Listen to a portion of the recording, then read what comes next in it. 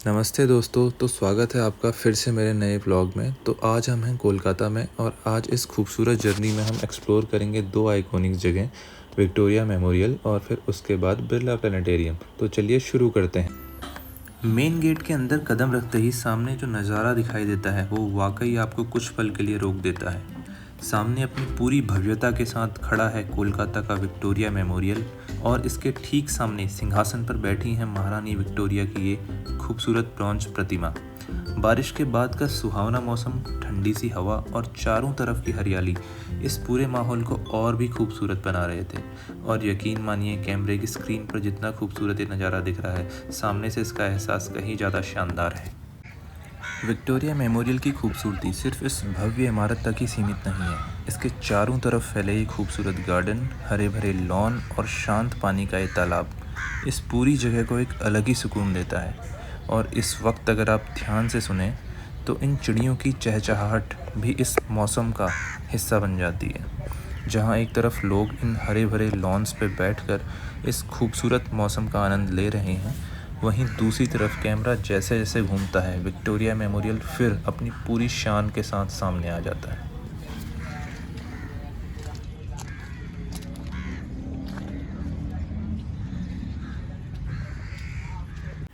अब हम बढ़ रहे हैं विक्टोरिया मेमोरियल के बिल्कुल करीब। इन सफ़ेद संगमरमर की सीढ़ियों को चढ़ते हुए हमारे साथ कई और भी लोग इस ऐतिहासिक इमारत को देखने के लिए अंदर की ओर बढ़ रहे हैं। हर कदम के साथ ये भव्य इमारत और करीब आती जा रही है और बस मन में यही एक उत्सुकता है कि अंदर से विक्टोरिया मेमोरियल आखिर कितना शानदार होगा। और जैसे ही हम विक्टोरिया मेमोरियल के अंदर दाखिल होते हैं, सामने खुलता है इसका बेहद ही खूबसूरत क्वींस हॉल, जिसे सेंट्रल हॉल भी कहा जाता है।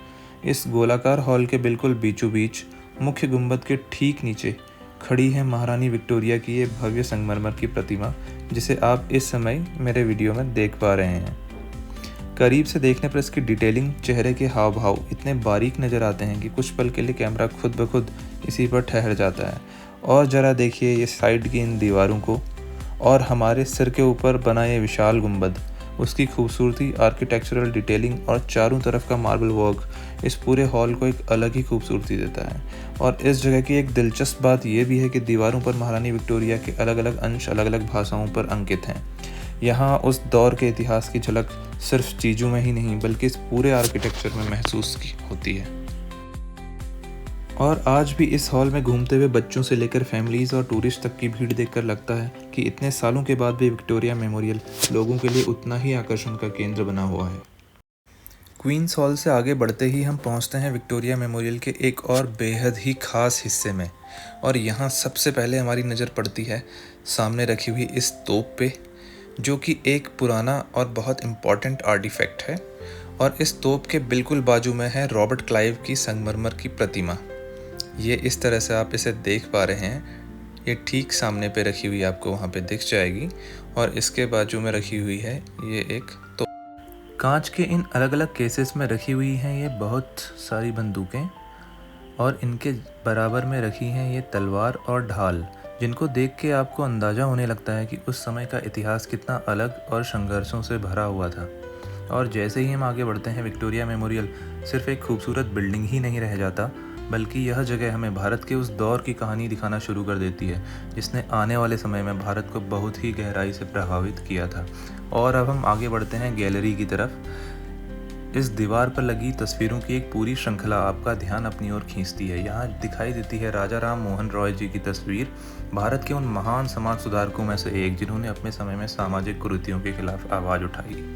इसके साथ साथ यहाँ भारत के कई और महान व्यक्तियों की तस्वीरें भी दिखाई देती हैं, जिनमें डॉक्टर भीमराव अंबेडकर और नेताजी सुभाष चंद्र बोस प्रमुख हैं, और कई अन्य दूसरे समाज सुधारक और राष्ट्र निर्माता भी शामिल हैं।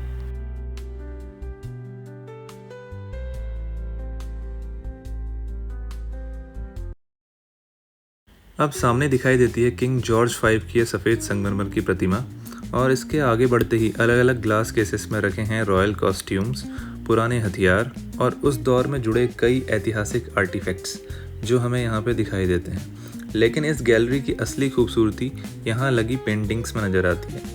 सामने देखिए, भारत के अलग अलग ऐतिहासिक स्थलों की ये तस्वीरें कहीं ताजमहल, कहीं दक्षिण भारत की वास्तुकला, और हर पेंटिंग अपने अंदर उस दौर के भारत की एक अलग ही कहानी को समेटे हुए है। और अब सामने जो विशाल पेंटिंग दिखाई दे रही है उसमें हाथियों, घुड़सवारों और सैनिकों का एक भव्य दर्शन दिखाई देता है। और पीछे नज़र आता है आगरा का आइकॉनिक ताजमहल। इस रॉयल गैलरी में रखी ऐसी पेंटिंग सिर्फ कला के नमूने ही नहीं हैं, ये उस समय के भारत, उसके शहरों और उसके आर्किटेक्चर और राजसी जीवन की एक विजुअल रिकॉर्ड भी हैं। और जैसे ही हम आगे बढ़ते हैं, सामने दिखाई देता है विक्टोरिया मेमोरियल का एक बेहद ही खास मॉडल, वही इमारत जिसे बनने से पहले मॉडल के रूप में तैयार किया गया था। और इसके बाद मेरी नज़र पड़ती है एक और विशाल पेंटिंग पर, जिसमें संभवतः लाल किला दिखाया गया है और ये रखा एक विशाल पियानो। इसके बाद यहाँ पर एक विशाल पानी वाले जहाज़ का भी मॉडल रखा हुआ है।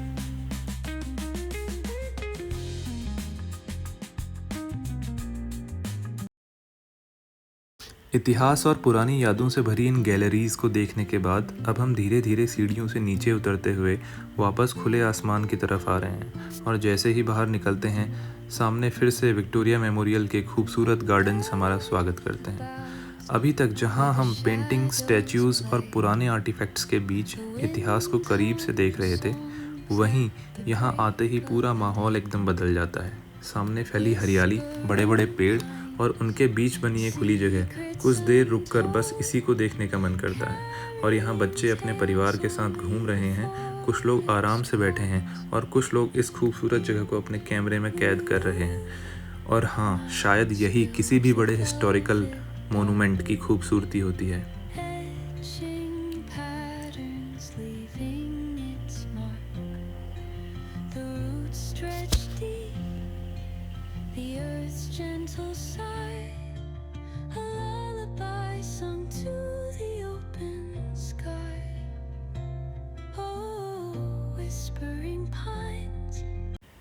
विक्टोरिया मेमोरियल के इन गार्डन्स में जितना अंदर आते जाएंगे, उतना ही ये आपको अपने शांत और खूबसूरत माहौल के साथ जोड़ते चले जाते हैं। सामने फैला हुआ ये हरा भरा लॉन, चारों तरफ खड़े पेड़ और बीच में बिल्कुल शांत पानी वाला एक छोटा सा तालाब।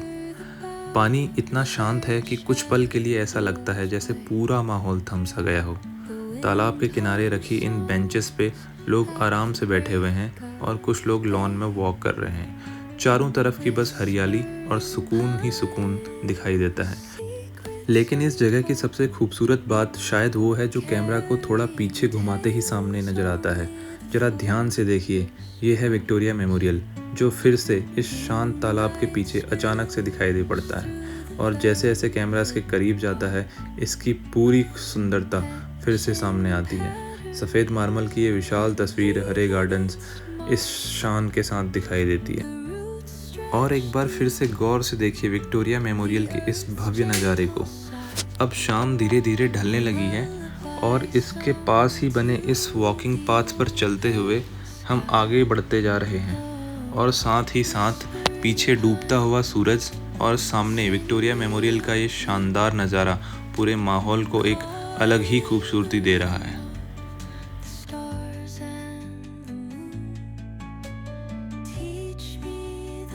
विक्टोरिया मेमोरियल के इन खूबसूरत गार्डन्स को पीछे छोड़ते हुए अब हम धीरे धीरे एग्जिट की तरफ बढ़ रहे हैं। दाईं तरफ फैला ये शानदार हरा भरा लॉन और सामने जाता हुआ ये शांत वॉकिंग पाथ शाम के इस वक्त इस पूरे माहौल को और भी खूबसूरत बना रहा है। कुछ देर पहले जहां हम इस ऐतिहासिक जगह के अंदर इसकी गैलरीज और पुराने आर्टिफैक्ट्स के बीच इतिहास को महसूस कर रहे थे, अब उसी जगह से बाहर निकलते हुए सामने कोलकाता की बिजी सड़क हमारा इंतज़ार कर रही है। और बस कुछ ही कदमों में हम विक्टोरिया मेमोरियल को पीछे छोड़कर फिर से शहर की हलचल का हिस्सा बनने वाले हैं। तो बने रहिए आप हमारे इस व्लॉग में। बिल्कुल विक्टोरिया मेमोरियल से बाहर निकलते ही हमने राइट टर्न लिया और अब हम चल पड़े हैं बिरला प्लानिटेरियम की तरफ, इसके बाहर बने वॉकिंग पाथ पर। एक तरफ अभी भी विक्टोरिया मेमोरियल की बाउंड्री और उसके अंदर की हरियाली दिखाई दे रही है और दूसरी तरफ कोलकाता की सड़क अपनी पूरी रफ्तार में चल रही है। आसपास पेड़ पौधे, सामने से आते लोग और सड़क पर चलती गाड़ियाँ। अभी कुछ मिनट पहले ही हम इतिहास के बीच घूम रहे थे और अब उसी इतिहास की बाउंड्री के बाहर कोलकाता की रोज़मर्रा की ज़िंदगी हमारे सामने है। विक्टोरिया मेमोरियल से निकलने के बाद अब हमारी अगली मंजिल है कोलकाता का एक और जाना पहचाना लैंडमार्क बिरला प्लेनेटेरियम। गेट के पास पहुंचते ही आसपास लगे फूड स्टॉल और लोगों की हलचल के बीच सामने दिखाई देता है इसका आइकॉनिक एंट्रेंस। बिरला प्लेनेटेरियम में एंटर करते ही सबसे पहले टिकट काउंटर से हमने अपना एंट्री टिकट लिया, जहां आज के शो की डिटेल्स और टाइमिंग भी दी गई थी। टिकट हाथ में आते ही अब बारी थी प्लेनेटेरियम के अंदर जाने की। कुछ ही देर में हम पहुंच गए इस विशाल ऑडिटोरियम में। चारों तरफ नीले रंग की कंफर्टेबल सीट्स और ऊपर बना एक डोम, जहां थोड़ी ही देर में पूरा आसमान हमारे सामने दिखाई देने वाला था। ये रहा हमारा टिकट, जिसमें शो का टाइम और प्राइस लिखा हुआ है। धीरे धीरे लोग अपनी सीट्स पर बैठ रहे थे और हम भी अपनी जगह लेकर शो शुरू होने का इंतज़ार करने लगे। टिकट पर दी गई सारी डिटेल्स दिखाने के बाद अब बस इंतज़ार था लाइट्स ऑफ हों और इस डोम के नीचे शुरू हो हमारी स्पेस जर्नी।